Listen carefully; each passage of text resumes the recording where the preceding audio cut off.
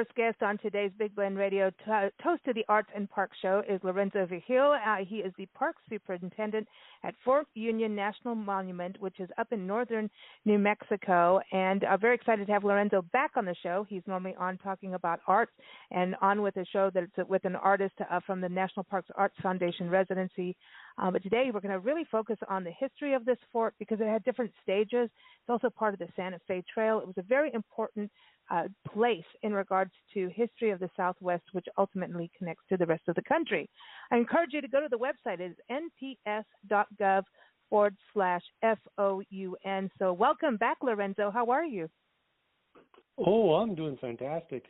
The weather is perfect here in northern New Mexico, so I'm looking forward to today's conversation. Yeah, it is good to have you back on the show, and we're so excited that we finally got to you. We always promised we'll make it, and we did. It took a while, but we got there. And it was wonderful to meet you and then also explore the fort. The fort is like in a cool location. I mean, you got to think about when they first decided to build a fort there. And it's had many roles in the history, just throughout the years. But when they first decided, okay, we're going to build a fort here, do you think they did it because it was also like, hey, this is a cool spot. It's pretty out here. Let's land here. That might not have been part of the consideration of sitting at the fort. Believe it or not, the location that the Fort Union is on was picked more because the location was within a mile or two of the infamous, March West during the Mexican-American War, and this is where that Army of the West, in a sense of the push for westward expansion, camped. And in this area are a set of pools of water along Wolf Creek, and there's plenty of grass out here. So when the idea to establish Fort Union started up, the location was picked for that reason. There was a place where there was plenty of water and grass for the horses, belonging to the Army at the time. So, and then, at the time they also considered it to be closer to the problems that the military was having, dealing with Native Americans at that time. So they wanted to be closer to the issues that they felt they had. It's interesting. So it was built, in 1851, but it really kept going, for 50 years or something? It kept going. So when we did the whole walk around, and there's a shorter version, but I encourage people to do the whole thing because you get the whole, this whole understanding. But it kind of had different stages of the fort.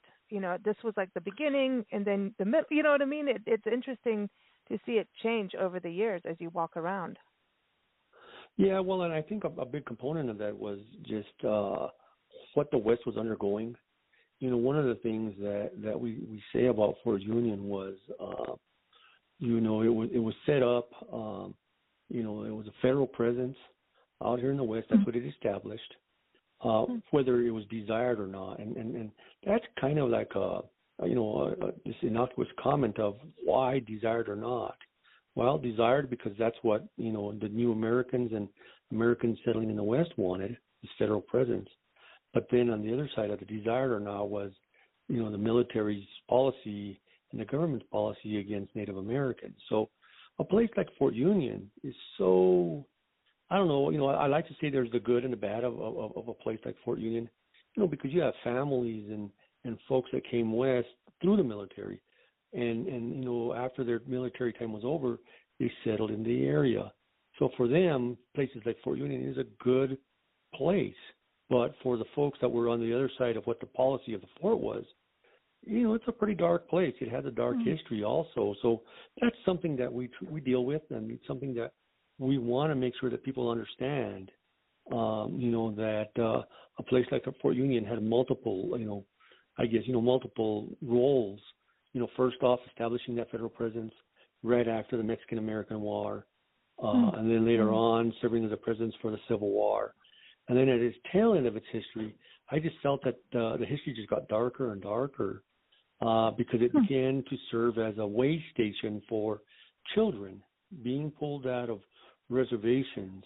It was a holding station for kids on their way to all of these boarding schools.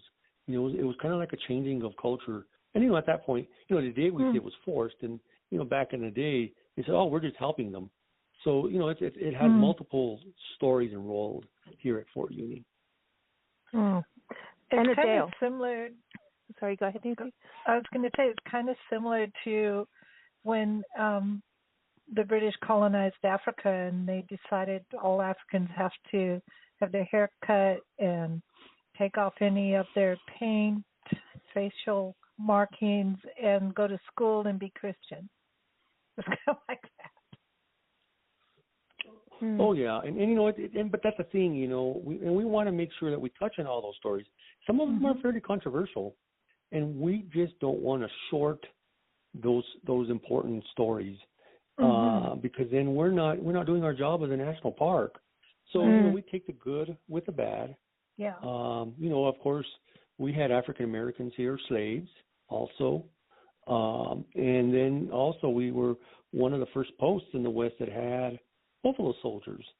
You know, we do know we had 7, you know, folks that won, you know, about buffalo soldiers that won medals of honor. So, you know, a place like this, you know, was fairly strategic for multiple things that happened in the West. One of the things that we do talk about with visitors when they come through and they begin to kind of wonder, like what you asked, you know, why is it out here? But the deal is, at the time, you know, it was literally like a small city, and so this was a happening place. But you know, we always say Fort Union had its fingers in everything that ever happened in the West. They were part of the strategy and making decisions for other forts far away from New Mexico. You know, at the time, you know, New Mexico territory was huge. And the decisions made at Fort Union impacted the entire Southwest. And whether it was, you know, direct impact or indirect, they were involved in everything. Wow. Even design-wise, Nancy and I have been through some forts.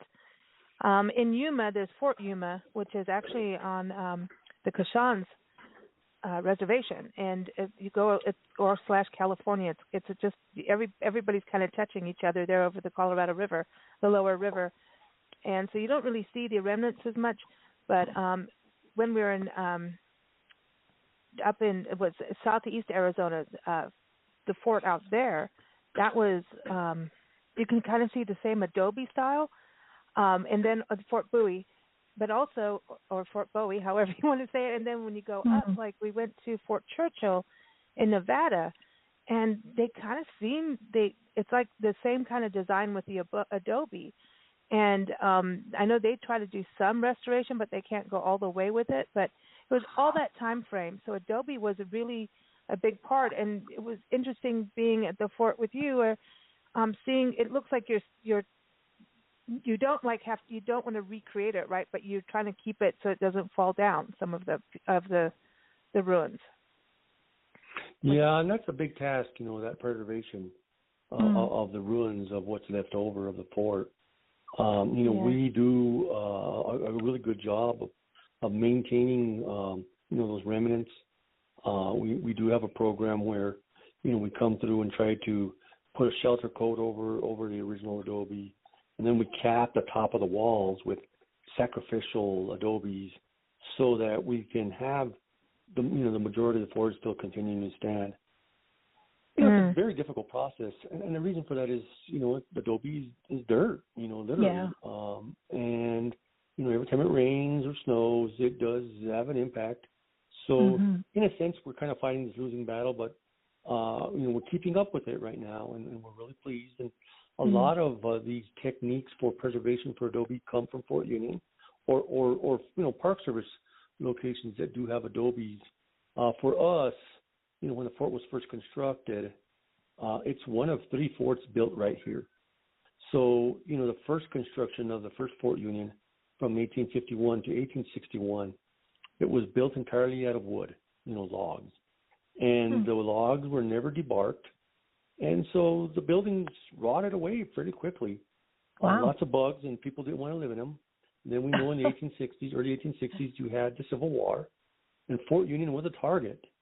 So the first fort was abandoned, and they built a second Fort Union. And the second Fort Union is a big earthwork. It kind of looks like a big star if you're flying above.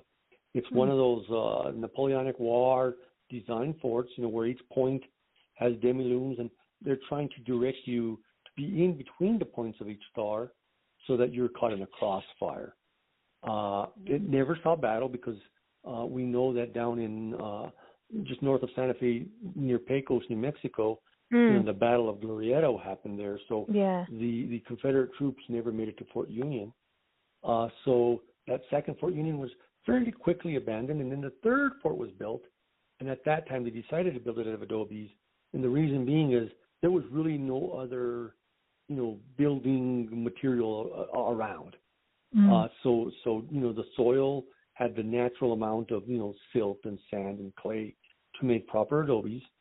And, it is the largest adobe structure in North America, in terms of the amount of adobe remnants that's still left out there. So, it was built and it served its purpose, and it was abandoned, we know, in 1891.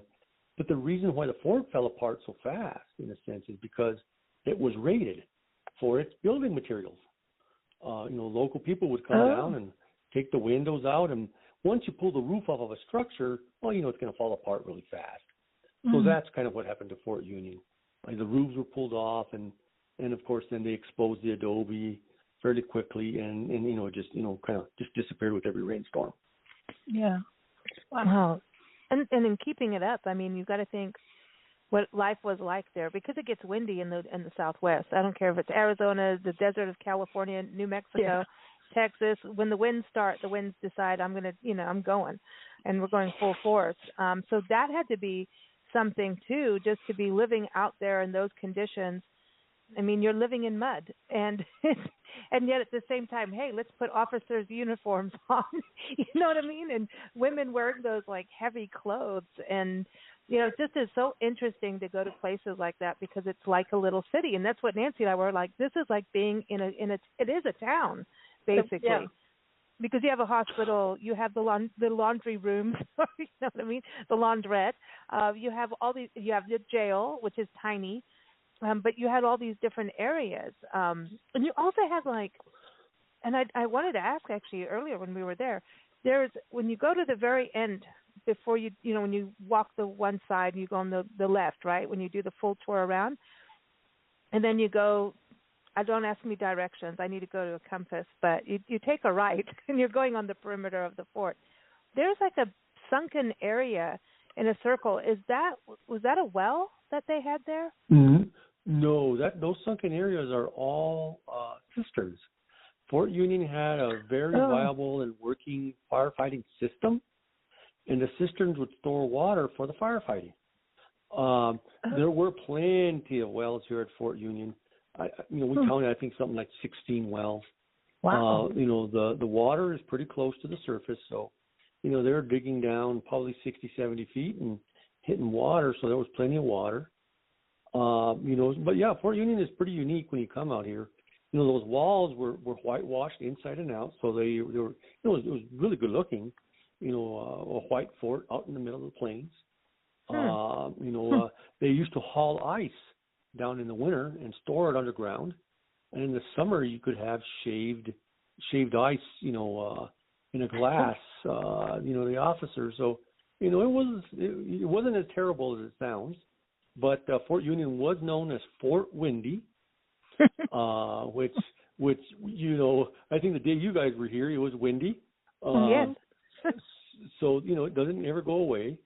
But the one thing about a fort like Fort Union, and you're right, because of the amount of horses and people that were around here, there was no grass. All it was dirt and dust. Wow. The wives and the laundresses and all, everybody hated it because it got in everywhere. So I don't think, it was a very comfortable place just because it was so darn dusty. Wow, that's amazing to think of, just being back there, and you've got such a good interpretive trail as well. And what was neat is that you had all those crows out there and little swallows.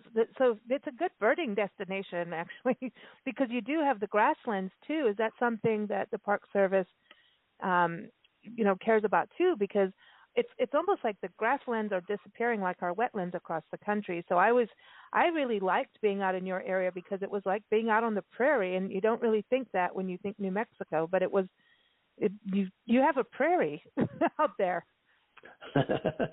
Yeah, we're lucky. We're surrounded by a 95,000 acre ranch. There's no buildings out there, so our cultural landscape is really clean. The park is fenced in, so the only thing that's eating the grass in the fort are the antelope. You see, so it's pretty undisturbed per se. It's been that way since the 1940s. So we got a really first-rate shortgrass prairie here in the park. We do have plenty of critters. A lot of folks really like the birding here. We have the Audubon comes out here and does their bird account. The staff does it too, and we have a bird list available for folks that come to the visitor center. So that when they're out there, they know what they're finding, and they can identify them. And they come in and let us know what they found, and that's just a good relationship that we have with folks that come through, especially thinking about the birds. Yeah, and then because we saw a lot, we were like, "This is cool." Nancy at one point just sat down, and she's just like. Somebody called me because we were on our way to California or I don't know what we were doing. We were on the way somewhere. We always are. And somebody called me, and they're like, "Hey, can you talk real quick?" I'm like, "Well, let me get behind this wall of the fort because of the wind." She's like, "What do you mean you're in a fort?" I'm like, "I'm in, you wouldn't believe this fort. Let me take a photo and send it to you. This is cool. You need to come here." But it's an easy walk. It's, I don't know. You get the feelings of the past. And then when you see the wagons, it's interesting because you got to also think where you are. You got aren't you? You're near Wagon Mound, pretty close to. Yeah. So I mean, does that connected? Is that all part of the Santa Fe Trail, Wagon Mound? I know the Santa Fe Trail and the fort. There's signs there going Santa Fe Trail's running right from here to here, and I'm like, no way, this is cool. This is like better. You get those roadside stops, but this was right here. It's cool.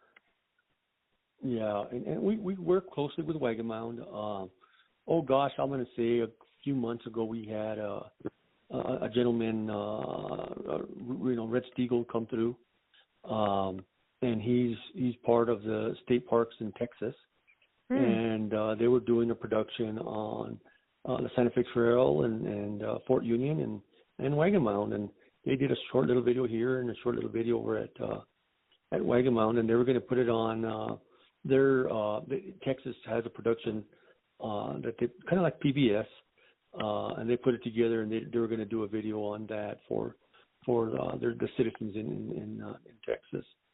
But this is the 200th anniversary of the Santa Fe Trail, and so we're doing a whole video series starting in a few weeks.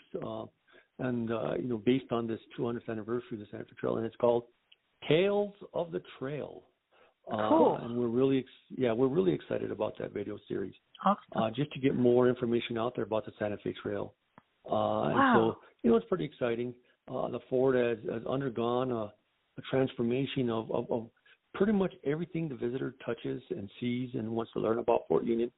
We have a trail guide. We have all new trail signs, all new wayside exhibits. We're in the midst of getting an entirely new museum exhibit system put in place, and that'll be completed in the next year.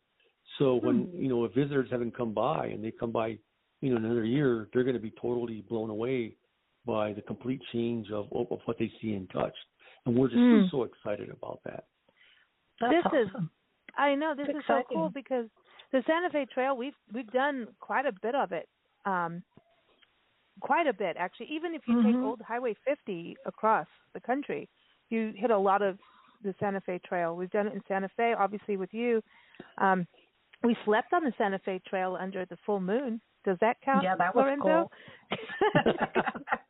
In Kansas, we had to stop and close our eyes, and we stopped it was outside Dodge City, And we just, we're driving long distance. We had to stop for a couple hours. So like, let's sleep under the full moon on the Santa Fe Trail. Doesn't get better than that. Let's do that. So we did.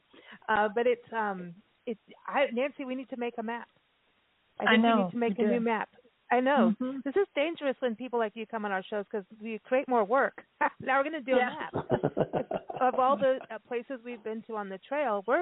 I think that's so important because I think that's something we forget about the National Park Service.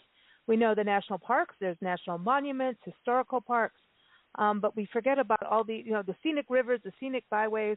But the historic trails to me are so fascinating, and they seem to kind of run into each other a bit because I think, weren't they all at the very beginning, even the Santa Fe Trail, weren't they all, I know there were the royal roads from Mexico and up, but wasn't also the indigenous peoples, the Native Americans who were using, these trails before?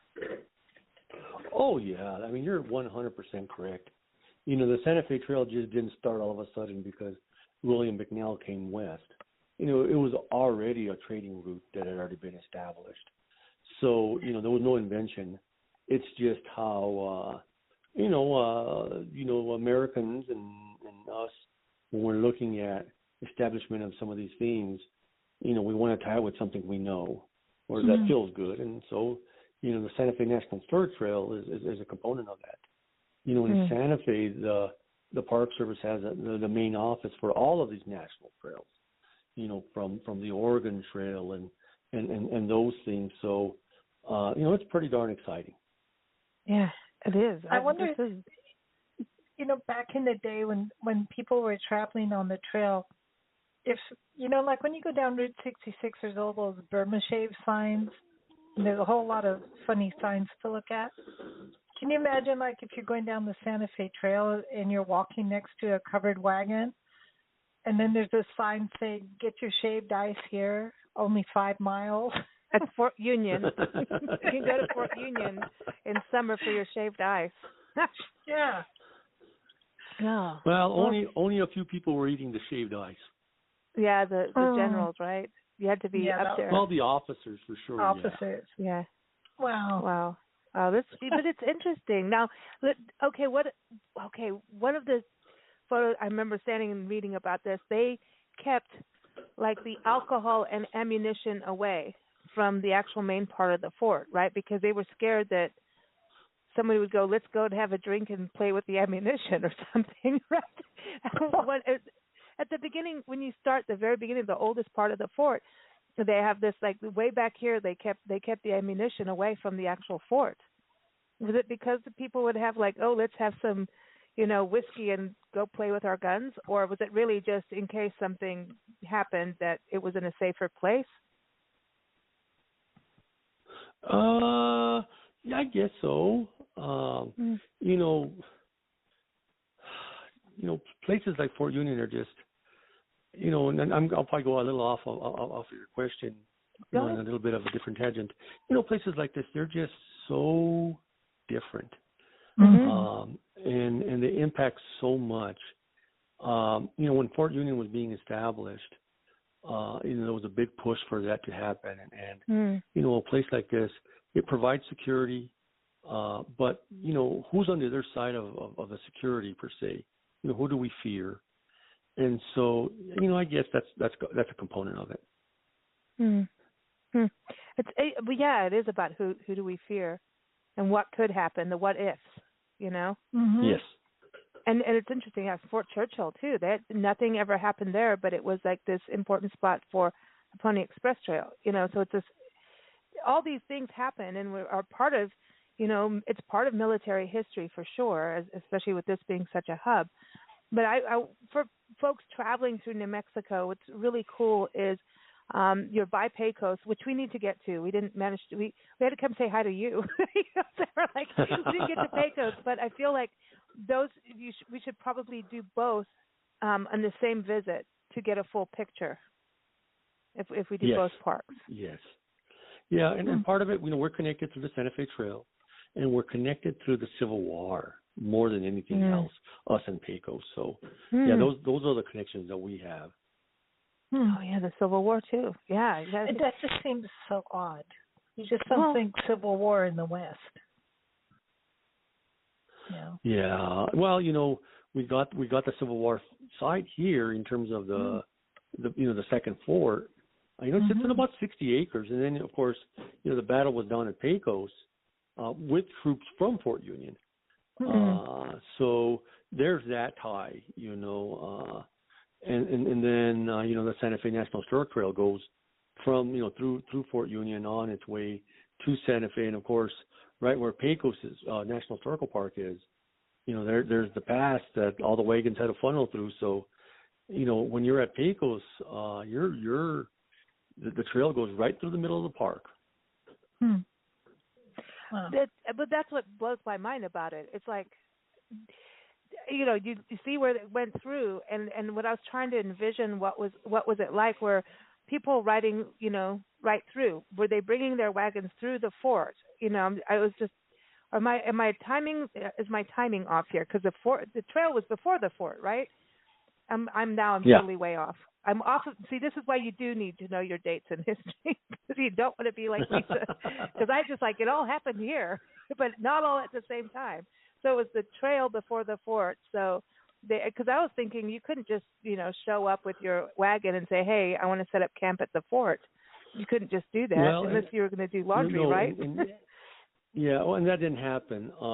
For only military traffic that the fort was doing or working with came through Fort Union. All non-military traffic did not come through Fort Union. Okay. See, that's how it, you had to, because this was an active force. And so it's like now, today's time, it's a military base, That's really what it was. I mean, if we look at going on it like Camp Pendleton in Oceanside, California, we've been on there, Nancy. You have your, the housing or 29 Palms outside Joshua Tree National Park. We used to live there. So you have your base. I mean, they had the commissary. They have, schooling going on. I mean, it's like a whole city. It really is. And, I mean, you can see the city. When you drive through Joshua Tree Park at night towards 29 Palms off of the interstate, go towards it, you'll start to see these lights. And you think it's the city of 29 Palms, and it isn't. It is the military base, and it's huge. So it's kind of the same thing. We've just really gotten modern with it, right? Yeah, contrary to kind of the Westerns and stuff, people didn't really get invited to be in a fort. It was for the military. It was not for civilians. So, if you're traveling down the trail and you stop by a fort, most of the time you weren't allowed inside of the fort. It was for the military. And that's kind of the way it is today. I mean, even with security being today, nobody can just get on a fort just or a base, military base, just because they want to. Again, it has its own security, and they're not going to let you get on. Right.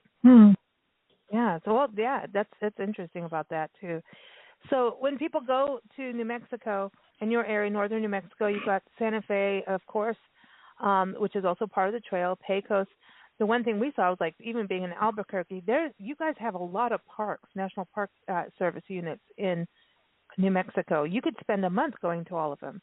Isn't 15 all within a day's drive or something? There's 15. Yeah, there's 15 national parks in New Mexico. Wow. And you could do it in one trip. And you've got Route 66 that goes through there. Isn't Route 66 also part of the Park Service too? Because it's a historic highway? I think they were trying to get it a national designation, so it may. Yeah, it might be. I don't know if it ever happened. I can't remember. I have to look it up now because we did a lot of that too. But it's real close, and so for people staying there, we're not allowed to go camping in the fort, apparently. No, we don't. Here at Fort Union, we don't have any camping. And back in the day, you had to camp 5 miles away. Okay. Oh. Okay. So, but now you've got the places to stay really would be in Las Vegas? Yeah, Las Vegas. There's campgrounds in Las Vegas. There's a bunch of small state parks around, that are great. There's a few lakes and Coyote Creek and, so there's places to go and camp. And then some of the other national sites around us have camping too. Okay. And hotels downtown too, like Las Vegas has got a beautiful, the historic downtown, and that connects all back to the Harvey House too, like the Harvey House history, the Harvey girls, and I mean, that's a whole other deal too. So there's like that means railroad history. You got a lot going on in your area. You really do when it comes to history. Oh yeah, there's lots to do in New Mexico. New Mexico is just such a national treasure, and we always encourage folks to come out west, enjoy yourself. Big, great, big blue skies, Oh yeah. And not a whole lot of people, and it's pretty darn safe. I think even talking about safety on the news this morning, close to 50% of folks from New Mexico have already been vaccinated. So, on the COVID side, it's a pretty darn safe place to come and visit right now. Yeah, and it's open space, like you're saying, the blue skies. Remember when we saw you, we were still in that. Oh my gosh, we've missed the West. We haven't been home for a while, so we were still in that like woo. But like you were saying, we had to wear a mask, and so everyone's still wearing a mask going in, right, in through the fort. Yeah, and that's just policy from the federal government at this point. Okay. Where they want to keep people safe, and we're still following basic CDC guidelines. Stay safe. The social distancing is the biggest thing, and wearing a face mask in a building, and just keeping the numbers down. And that's really good for us. But when you're outside and there's nobody around you, it's pretty darn safe. Yeah. We need fresh air. Human beings need it, and sunshine. It'll keep your immune system happy. The other thing too, when we were there, we didn't go into the visitor center, and a lot of visitor centers, whether it's a national wildlife refuge, a state park, a national park, a lot of them are closed right now because of the whole COVID guidelines. But you said that you're actually getting a new visitor center coming up this year. You've got a busy year ahead. Yeah, and it's just, it's gonna this summer we're the whole state is just expecting to have huge numbers of folks coming through. Mm-hmm. Well, are you gonna? When does the building for the new visitors? It's like, is it the interior of the visitor center that's getting redone with new exhibits, yes, or an actual new building? Well, no, not a new building. They're just going to rehab the interior. Okay. And then that'll be cool. So, do you think that will be done this year? Yes, it's getting done this summer. Cool, people. This is exciting. I know, it's exciting. It's exciting. Yeah. I know. Well, thank you so much, Lorenzo. I know there's so much history, and we have to have you back on the show, also your chief of interpretation at some point, because I know we do a lot of shows, specific themes like Buffalo Soldiers and the Santa Fe Trail. Now we're going to have to do something special. I didn't know it was the 200th year. We're going to have to do something now. So we'll put our map together and give you a call, because we'll have to do a special show just on the trail. Yeah, absolutely. Well, thanks again, everyone. You can go to nps.gov/FOUN for Fort Union National Monument, again in northern New Mexico. It's a beautiful, beautiful place to enjoy nature. Not only this birding, man, there's pronghorn, and we did not get to see elk, so we'll have to come back again because we want to see your elk. All righty. And people should go out there and paint pictures of it. I know. Cool. I know, that's it. It's beautiful out there. So go check it out. We're going to close with a song called Prayer for the Past, and in a few minutes we'll talk with Tanya Ortega from the National Parks Arts Foundation. So thanks so much, Lorenzo. It's been a pleasure. Thank you so much, and you have a great weekend. You too. You take care. Enjoy the fort. Yeah. All right. Here it is. This is Prayer for the Past by Everett Ozan. You can keep up with him at ozanmusic.com.